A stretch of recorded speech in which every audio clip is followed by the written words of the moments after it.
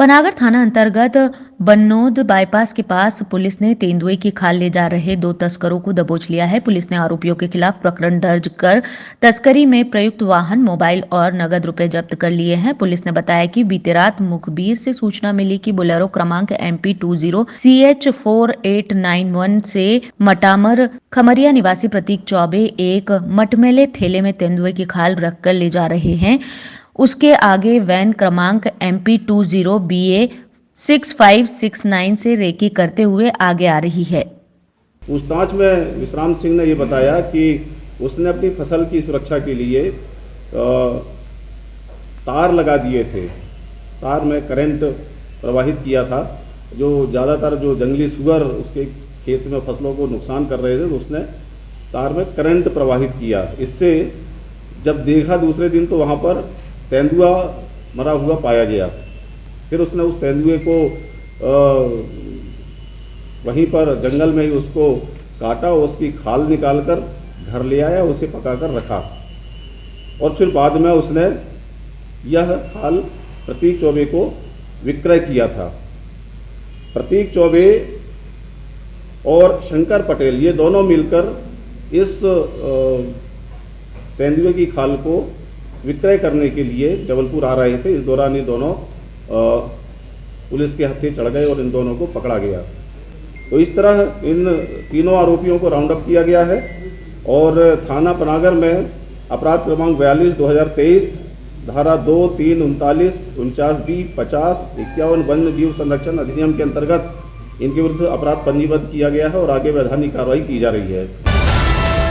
जबलपुर के बरगी थाना अंतर्गत जबलपुर नागपुर नेशनल हाईवे में उस समय हड़कंप मच गया जब सरकारी स्कूल पढ़ने वाली 4 छात्राएं एक चलते पिकअप वाहन से कूद गई। वाहन से कूदने से चारों छात्राएं गंभीर रूप से घायल हो गई, जिन्हें इलाज के लिए जबलपुर के नेताजी सुभाष चंद्र बोस मेडिकल कॉलेज में भर्ती कराया गया है, जिसमें से 3 छात्राओं की हालत नाजुक बताई जा रही है। वो लोग गाड़ी नहीं रोक रहे थे, इसलिए हम कूद गए। कौन सी गाड़ी में आ रहे थे आप? पिकअप थी। किस तरफ से आ रही थी पिकअप? बरगी से। क्यों नहीं रोक रहा था? वो क्या 2 लड़के बाइक में थे, वो उन्हें कुछ बोल रहा था तो वो नहीं रोक रहे थे। अच्छा, आप जो घायल हुए उनके कितने लोग घायल हुए आपके साथ में? हम 4 लोग थे, चारों घायल। क्या नाम है उन चारों का जो घायल हुए? शीता, गीता, रागनी। कहाँ के निवासी हैं आप लोग? बमनी। किसी ने सूचना लगाई राहगीर ने कि यहाँ पे चलती पिकअप से 3-4 बच्चियाँ कूद गई हैं। उसकी सूचना पाकर हम तत्काल मौके रवाना हुए, मौके पे पहुँचे। यहाँ पर हमने जाके देखा तो वहाँ 3 बच्चियाँ बहुत ज़्यादा सीरियस हालत में हैं। एक बच्ची थोड़ा कॉन्शियस है, बातचीत कर रही, बाकी तीनों बहुत ज़्यादा गंभीर स्थिति में है।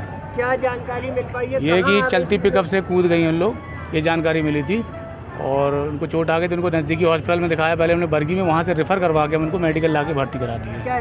बरगी थाने में लगभग दोपहर में सूचना प्राप्त हुई थी कि 4 बच्चियां जो हैं एक पिकअप वाहन से कूद गई हैं और घायल अवस्था में जिस पर बरगी पुलिस के द्वारा उनको 108 में मेडिकल के लिए रवाना किया गया।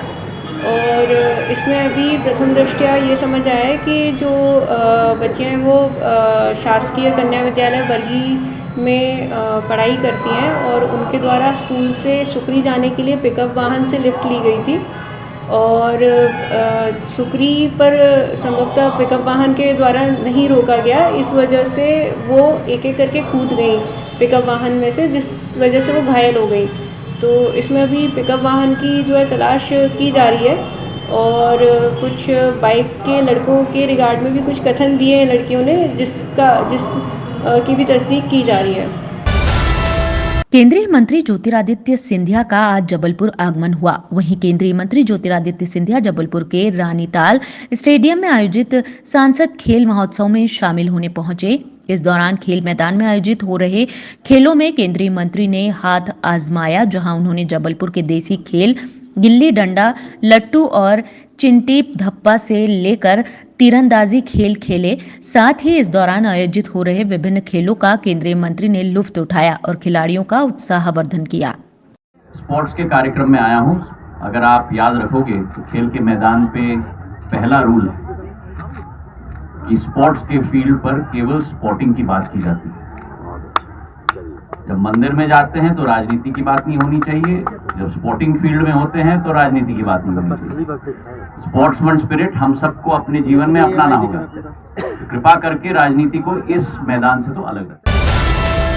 जहां पूरे देश में मकर संक्रांति और लोहड़ी पर्व धूमधाम से मनाया जाता है, वहां कुछ बेसहारा निराश्रित ऐसे हैं जिन्हें परिवार का सहारा नहीं मिलता और जिनकी मदद के लिए कहीं ना कोई समाज सेवी सामने आता है। कुछ ऐसा ही नजारा जबलपुर के वृद्धाश्रम शास्त्री नगर में देखने को मिला, जहां इंडियन रेड क्रॉस सोसाइटी के द्वारा संचालित वृद्ध आश्रम में समाज सेवियों के द्वारा लोहड़ी और मकर संक्रांति के पर्व को देखते हुए यह त्योहार निराश्रित वृद्धों के साथ मनाया गया। वहीं समाज सेवियों के द्वारा इन्हें भोजन और गर्म कपड़े आदि दिए गए।